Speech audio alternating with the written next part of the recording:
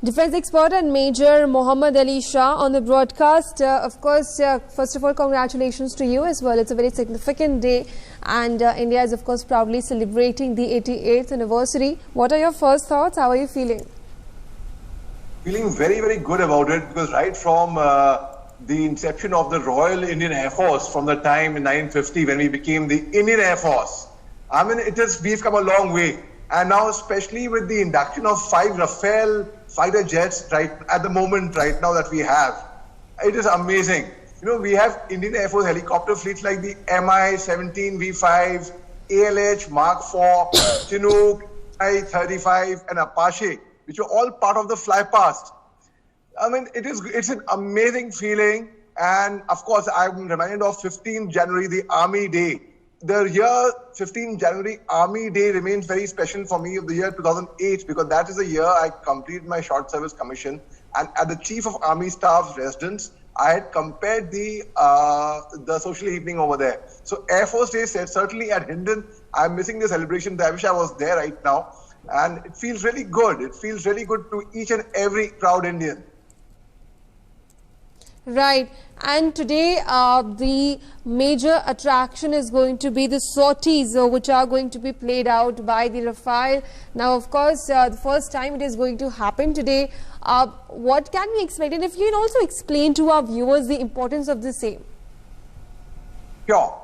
So the fly past, basically, it is also to demonstrate to our countrymen, everyone, to see that how prepared the Indian Air Force is. Basically, touch the sky with glory. Shaan se hum asman ko chhuye. You know, so it's a very fine, grand, very glamorous display. We see the helicopters, the fighter pilots, the fighter aircraft, the carriers. They all show their amazing things in the sky. So it is certainly a very, very good display, and it reminds me of the time when I was in the army and I used to see these things live. It's an amazing feeling. Right, and also these celebrations coming in a time when India is, of course, facing a standoff with China at LAC. Now, when we talk about the display by the Rafale today, it is, of course, going to hold a lot of importance. Not only the way it is going to be playing the sorties today, but also it is going to send out a strong message to the China as well, and it is also going to boost the confidence of the Indian Air Force. Absolutely. You know, the Tejas LCA, the Jaguar, MiG-29, MiG-21 and Sukhoi 30 aircraft, which were part of the rehearsals on 6th October, and also the Rafale fighter jets. I mean, it sends across a very strong message to our enemy as well, but it gives a lot of moral strength to our countrymen to see that this is the air power that we have. If anyone dares to mess with us, they are in for serious trouble. And it's a matter of pride for all of us. Right. And also, now coming back to the live visuals that we are getting in, the ceremony is, of course, underway. If you can explain to our viewers about the meaning of this ceremony and the significance of this same, how and everything is being done and what all it implies. You know, the 3 service chiefs, the Chief of the Army Staff, the Chief of the Naval Staff, the Chief of the Air Force Chief, and the CDS, the Chief of the Defense Staff, along with the Defense Minister and our dignitaries, they are going to be there present at Hindon. There are a total of 56 aircraft, including 19 fighters, 17 transport aircrafts, along with 19 helicopters will take part in this year's Air Force Day parade, which is going to be held at Hindon, which is being held right now, in fact, at Hindon, Ghaziabad. This would definitely be a spectacular view and a treat to watch. Notably, it will be the first time a Rafale will lead Vijay formation at Indian Air Force Day parade on that's today. I mean, the ceremony will start, it has started in fact, and will go on till 11 a.m. And this is going to be widely viewed by every single person on television, like the way they are watching you. So it is something, a matter to really feel pride, to feel proud, and it is something which this inspires a lot of people to join the Air Force as well. a lot of people say, we saw the Air Force fly past on television and that's what inspired me to join the Air Force. A very, very common answer given at the SSB, the Service Selection Board. So certainly it is a matter of pride for the Indian Air Force and for the Indian Defence Forces overall. See, the Indian Air Force Day is celebrated every year on October 8th, the day Vayu Sena was established in 1932. Indian Air Force is tasked with securing Indian airspace and conducting civil activities during the armed conflict.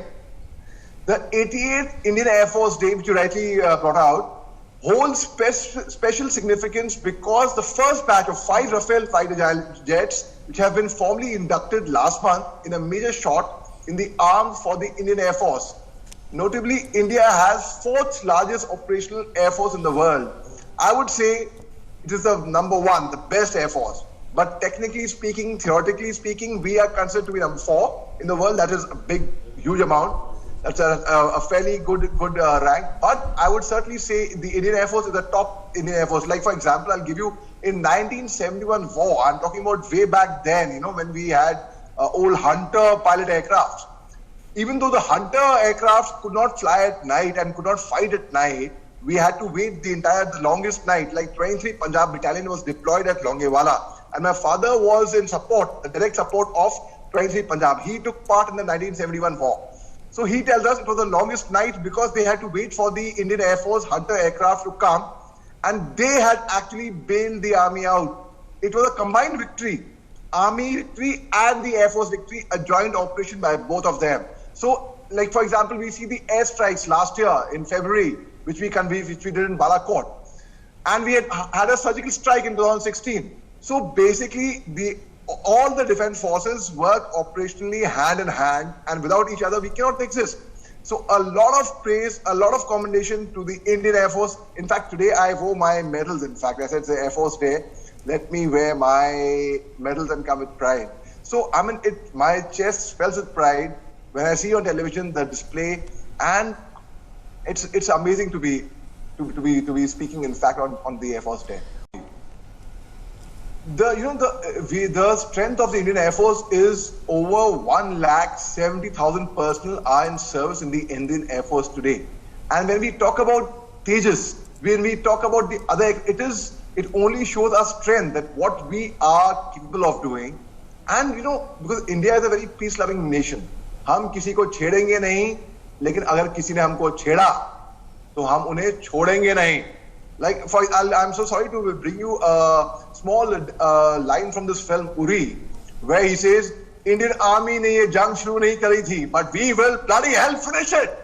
And he asks, how the Josh? Now, how the Josh is something which is a very, very common phenomena in the Indian Defence Forces.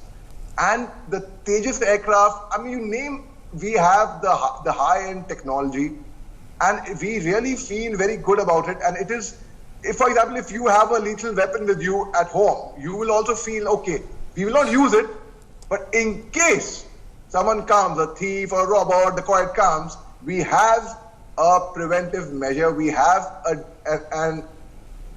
weapon to defend ourselves easily. Countries with, of course, US Ambassador to India now extending his wishes on this day. Thank you very much. The Indian Air Force is divided into 5 operational and 2 functional commands. Each command is supervised by an Air Force commander, commanding-in-chief, by an officer commanding-in-chief with the rank of Air Marshal, which is equivalent to a general in the army. Like we have a Major General, Lieutenant General, the General, the Chief. The purpose of an operational command is to conduct military operations using aircraft within its area of responsibility, and functional command responsibility is to maintain combat readiness. Be prepared for any eventuality. And we certainly have a big edge over our adversaries like China, for example, who when they take off because of the altitude, they already take off with half payload of fuel. So there itself, we get an advantage over them. We are ever ready to safeguard our nation's sovereignty. Sure. We just heard the Air Chief Marshal Bhadoria speak, and he gave a lot of courage, a lot of moral support, a lot of Atmavishwas to our countrymen, by saying that we are prepared for any eventuality. The first air cargo flight, as we all know, flew on 1st April 1933, and we have come a real long way since then. We have come a real long way. Well, of course. So now taking this from here, the message has been given. The Air Chief Marshal also highlighted what are the future plans, also looking after the 6th generation aircrafts. So what do you have to say about that? Of course, Indian Army has been preparing itself. Our Air Force has been preparing itself in all the manners possible. What are we looking at in the near future? See, in the future, we are looking at a solid air support system. Like, I'll give you an example of the, as I mentioned about the air cargo, which where we had the first induction flight of the air cargo on 1st April 1933. The air cargo has got a 130 gunships, and the close surveillance and close battle is the objective of this. It identified stand for attack cargo. The aircraft is powered by 4 turboprop engines and has a flight of 300 miles per hour and has a range of 1,300 miles depending on the weight of the load that it's carrying. So what we are looking at in the future is, after inducting 5 Rafale fighter jets, having high-end technology, where the enemy themselves don't know what to do. They are trying to play psychological warfare, but they do not know what we are made up of. We are made up of stellar stuff. So we are well prepared, not just prepared, we are very well prepared. I'll tell you a personal example. In the year 2005, I was stuck in Kargil, and I had gone there on temporary duty. I was to travel to Northeast.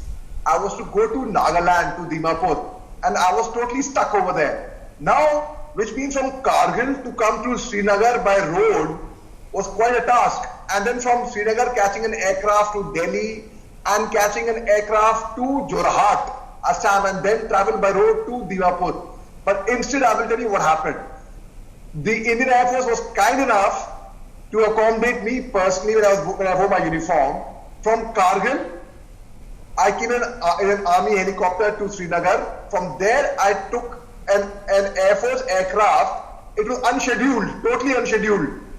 I had to fill up a form. I reached there, met the COO, the chief of the chief operation officer of the command over there, and he permitted me to fly from Srinagar to Delhi. The flight was headed to Delhi. It landed up at Chandigarh as a different thing altogether. But anyhow, I saved a lot of time. I spent 2 nights in Chandigarh, then went to Delhi, flew to Jorhat. From Jorhat, I flew by chopper to Dimapur. So the kind of time it saved me as an officer, I was only a young captain at that time.